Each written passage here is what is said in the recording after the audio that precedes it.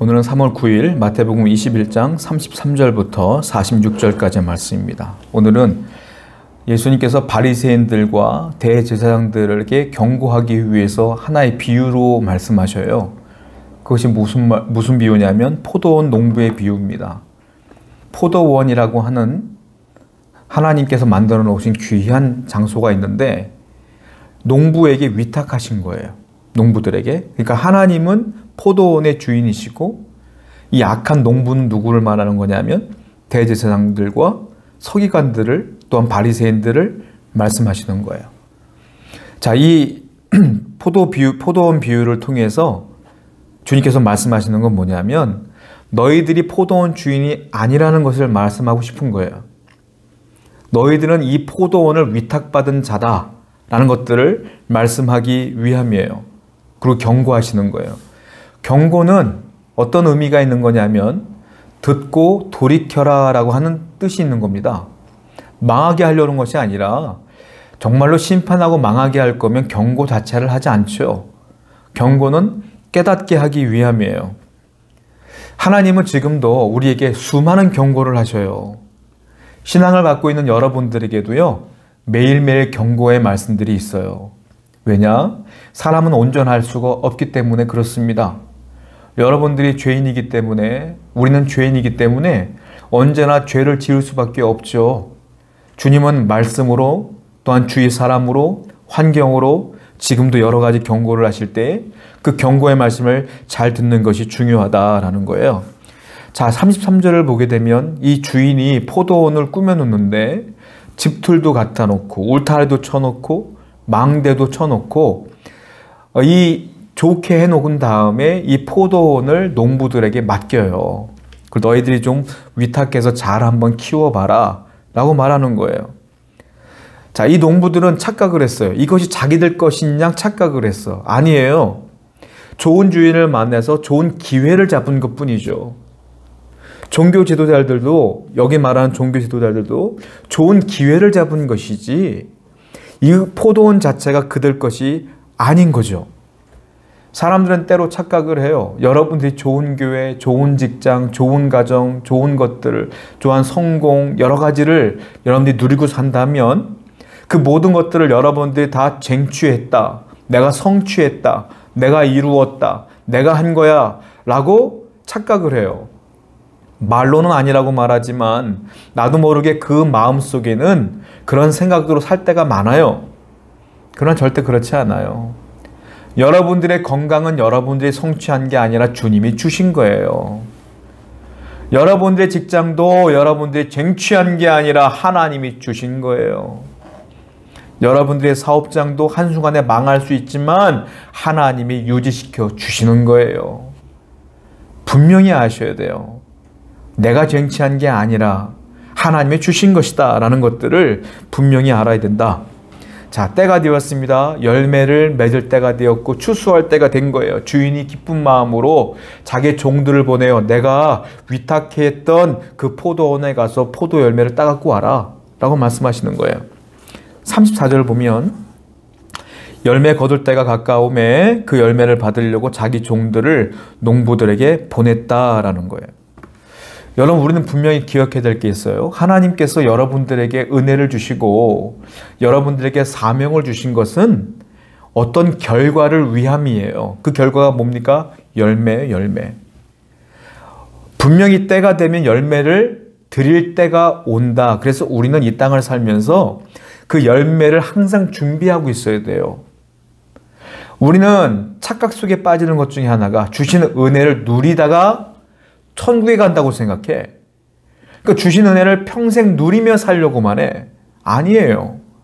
주님은 우리에게 은혜를 주시고 주님이 우리에게 사명을 주시고 내 기도에 응답을 하시고 나와 함께 동행하시는 모든 사건은 여러분들에게 열매를 요구하시기 위함이에요. 그 열매는 뭐겠어요? 성령의 9가지 열매겠죠. 내 인격이 변화되는 거예요. 사랑하는 자로, 인내하는 자로, 온유한 자로, 자비한 자로 내가 변화되기를 원하시는 거예요. 그래서 그 내가 변화된 그 모습을 통하여 사람들이 나를 통하여 하나님을 보기를 원하시고 그리고 하나님 나라가 확장되어지길 원하는 거죠. 반드시 하나님은 여러분들에게 열매를 요구하실 거예요. 우리는 그 열매를 맺기 위해서 지금도 그 은혜를 누리며 감사하며 또한 치열한 영적인 전쟁을 치르며 살아가야 될 줄로 믿습니다. 자, 그런데 어떤 일이 벌어져요? 이 농부들이 이 포도원을 자기 걸라고 착각을 하고 포도원을 아예 뺏어버리려고 작정을 합니다. 35절과 36절을 보니까 그 주인이 보낸 농부들을 어떻게 합니까? 때립니다. 그리고 죽입니다. 돌로 칩니다. 농부들이 오질 않는 거예요. 주인이 생각을 해요. 내가 종들을 보내서 그런가 보다. 내가 아들을 보내볼까? 여러분, 인간의 상식으로 보면 이 정도 되면 내 종들을 그들이 죽였다고 하면 아들을 보내겠어요? 안 보내죠. 근데 하나님께서는 아들까지도 보내시는 거예요. 근데 그 아들을 어떻게 해요? 역시 죽여요. 죽여서 그 포도원을 빼앗으려고 그래요. 이게 무슨 소리예요? 우리를 구원하기 위하여 당신의 아들 예수님을 이 땅에 보내신 하나님, 그리고 이 앞에 보냈던 종들은 누구를 말하는지 아십니까? 선지자들을 말하는 거예요. 선지자들을, 그들을 구원하기 위해 수많은 선지자들을 보냈고 환경의 변화와 경고들을 통하여 그들을 어떻게든 깨닫게 하려고 했으나 그들은 선지자를 죽였고 심지어 예수님까지도 죽였다. 하나님은 여러분들을 얼마나 사랑하는가, 그 아들을 죽는 줄 알면서도 보내신 하나님의 사랑과 긍휼, 그 이야기를 주님께서 하시는 거예요. 여러분, 이와 같이 아들을 죽인 자들에게는 천국에 대한 소망이 없는 겁니다. 그러나 그 아들을 믿는 자들에게는 천국의 소망이 있는 거예요. 여러분, 이 은혜를 우리는 누리고 살아야 되고요. 이 은혜를 거부하는 백성들을 불쌍히 여길 줄 알아야 돼요. 자, 43절과 46절을 보게 되면 그랬더니 하나님께서 어떤 말씀을 하십니까? 41절을 보니까 그들을 진멸하기로 결정을 해요. 그리고 43절을 보니까 내가 너희들에게 이른다. 하나님 나라를 너희는 빼앗길 것이다. 그리고 그 나라의 열매 맺는 백성이 받을 것이라. 이렇게 말씀하십니다. 그들을 진멸하기로 결정을 해요. 하나님은 사랑이 많으시고 긍휼이 많으신 분이에요. 그러나 하나님은 끝까지 참으시지는 않으셔요. 돌이키지 않으면 진멸하기로 결정하시고 그걸 다른 말로 뭐라고 말합니까? 심판입니다. 끝까지 주님께 돌아오지 않으면 심판을 당해요.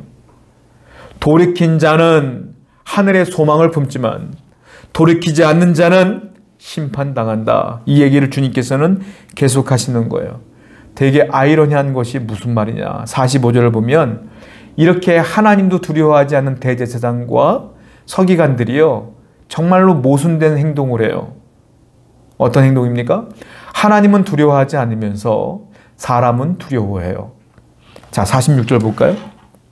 이렇게 주님께서 비유로 말씀하셨어요. 45절, 대제사장들과 바리새인들이 예수의 비유를 듣고 자기들을 가리켜 말씀하심인 줄로 알고 잡고자 하나, 예수를 잡으려고 하는 거예요. 무리를 무서워하니 이는 그들이 예수를 선지자로 알미더라. 화가 나서 예수를 붙잡으려고 했더니 사람들이 무서운 거야. 그래서 못 잡아요. 하나님의 말씀은 하나도 무서워하지 않으면서 사람들의 시선은 무서워해. 이게 믿음 없는 사람의 특징이에요. 여러분들은 어떤 분이에요? 하나님 말씀을 두려워합니까? 하나님의 시선을 두려워합니까? 아니면 사람들의 말씀과 사람들의 시선을 두려워합니까? 진짜 믿음은 하나님을 두려워하는 게 맞아요. 사랑하는 성도 여러분, 우리는 악한 농부와 같은 인생이 아니라 정말로 예수 그리스도를 구원자로 믿는 믿음의 자녀답게 하나님을 두려워하는 인생으로 살아가야 될 줄로 믿습니다. 그리고 주신 은혜가 내가 쟁취한 것이며 내 것이란 착각에서 벗어나고 이 모든 것이 다 하나님의 은혜입니다 라고 고백하는 여러분 되기를 축원드립니다. 기도하겠습니다. 하나님, 주신 모든 것이 하나님의 은혜입니다. 하나님이 주인이십니다.